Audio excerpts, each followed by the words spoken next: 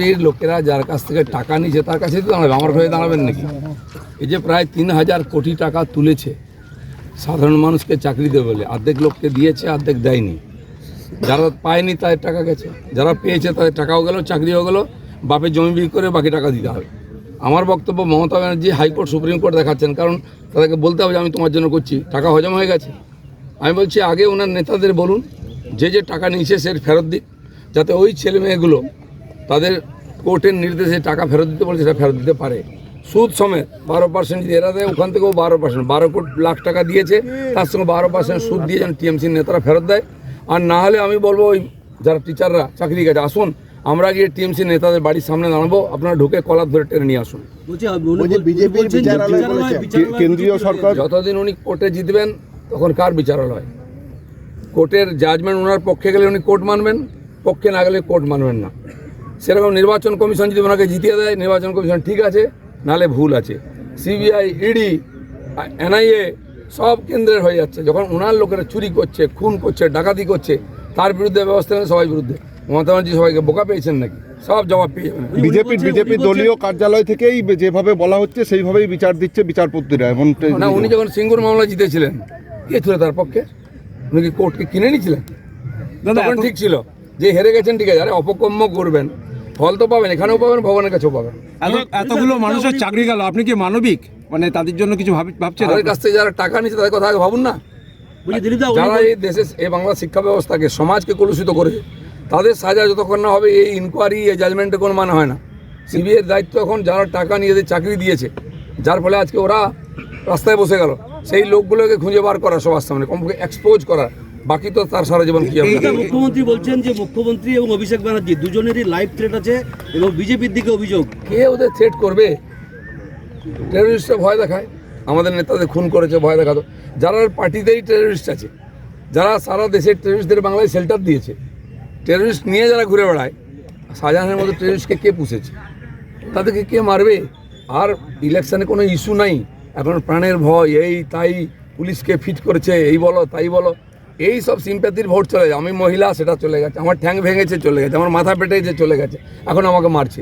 আরে তোমাকে পাশ দিয়ে কুকুরও দেখবে না, চলে গেল, তোমাদের ইমেজ হয়ে গেছে। সেই জন্যই কি আপনি গদা হাতে আজকে মহাবীর জয়ন্তী, হনুমানজির জয়ন্তী, তো হনুমানজির পুজো তো গদা নিয়েই করতে হবে। লাড্ডু তো খাবেন না উনি, উনি ছোলা খাও আর গদা ঘোরাও, এটা হচ্ছে হনুমানজি। গদা হাতে কি কাউকে উৎখাত করবেন? সেখানে পতাকা লাগানোর বাধা দেওয়া হয়েছে, কালকে ঝামেলা হয়েছে, সব জায়গায় এটা হচ্ছে। যত দিন এগোচ্ছে আমার তো মনে হয় কীর্তি আজকে নমিনেশন করার কথা করবে কিনা জানি না, তার আগে প্যাকিং হয়ে যাবে। তাদের নেতারা বুঝতে পারছে হেরে ভূত হয়ে যাচ্ছে, পাবলিক সঙ্গে নেই, কর্মীরা আসছে না, নিজেরা মারামারি করছে, তো কী করবে? আমাদের গায়ে পড়ে ঝগড়া করছে। আমি বলে দিচ্ছি দিলীপ ঘোষ এসছে, ভেবে চিন্তা হাত দাও, কারণ আমি 4 জুনের পরেও এখানে 5 বছর থাকার জন্য কমপক্ষে এসেছি। হিসাব কিন্তু তখনও বুঝিয়ে দেবো। এখানে কালু মালু হালু হুলো কে গন্ডগোল করেছে কালকে, সব রিপোর্ট আমার কাছে আছে। আমি বলছি এখনও সময় আছে, যদি গন্ডগোল দ্বিতীয়বার করেছো কিন্তু হিসাব হবে। বলছি গদা হাতে কি কাউকে উৎখাত করবেন? উৎখাত করার দরকার নেই, দেখলেই হয়ে যায় উৎখাত। ল অ্যান্ড অর্ডার সমস্যা হবে না, কেন হবে? কাশ্মীরের ল অ্যান্ড অর্ডার ঠান্ডা হয়ে গেছে, উনি যদি ধমকি দেন ল অ্যান্ড অর্ডার সমস্যা হবে, তাহলে ওনাকে দায় নিতে হবে। তারা আগে টাকা ফেরত দিন ওই লোকগুলোর, নাহলে ওরাও জেলে যাবে। যারা 2 নম্বরের চাকরি পেয়েছে, পরীক্ষা দেয়নি, সাদা খাতা দিয়েছে, পরে নম্বর বসানো হয়েছে, SMS করে চাকরি দেওয়া হয়েছে, তাদের মধ্যে অনেকে ভোট কর্মী হিসেবে তাদের নাম এসছে, প্রিসাইডিং অফিসার রয়েছে, তারা এখন কি করবে? রাজ্য সরকার বাদ দিতে হবে তো। যারা অবৈধ কাজ করেছে, চাকরি চলে, সে টিচারই নয়, এমনিতে তো আইপ্যাকের লোকেরা বসে যায় ভোট করাতে, কাউন্টিংও আইপ্যাকের লোক ঢুকে যায়, এই লোকেরা ঢুকতো হয়তো, এখন সেসব বন্ধ হয়ে যাবে, পুরো পরিষ্কৃত হয়। 1 ইঞ্চি মাটি ছাড়ার দরকার নেই। একটা শিক্ষার দরকার আছে, দ্বিতীয়বার যেন কে এরকম অন্যায় ভুল না করে। দিলীপদা বলছি যে এই যে ছাত্রছাত্রীরা, ক্ষুদে ছাত্রছাত্রীরা, আপনি 12 বছরের গল্প শুনুন, পশ্চিমবাংলায় সব ডিপার্টমেন্ট সব কিছু আস্তে আস্তে ধ্বংস হয়ে যাচ্ছে। একটা প্রজন্ম নষ্ট, যে পরীক্ষা দিল না, যে পাস করলো না, সেই যদি টিচারই করে, তো আমাদের ভবিষ্যৎ প্রজন্ম কি তৈরি হচ্ছে? আর ক্ষতি না হোক, এটা আমরা চাই। তারা বড় বড় কথা বলছে ডোনেশন বন্ডে, তারা কেন টাকা নিয়েছে? যদি নিয়েই দেখেছে টাকা ফেরত দিক পার্টিকে, যারা দিয়েছে। এরা এত হাম্মক, বলছে আমার বাড়ির সামনে কেউ বন্ড দিয়ে গেছে। তোদের মতো এরকম হাঁটুতে বুদ্ধি আছে নাকি? লোক বোঝে না কিছু। আমার বাড়ির সামনে দিতে পারতো, আপনার বাড়ি সিপিএম অফিসে কেন দিল না? ড্রপ বক্সে ফেলে যাচ্ছে, টাকা ফেলার জায়গা নেই। বোমা বিস্ফোরণ কি হবে 1 সপ্তাহ পর?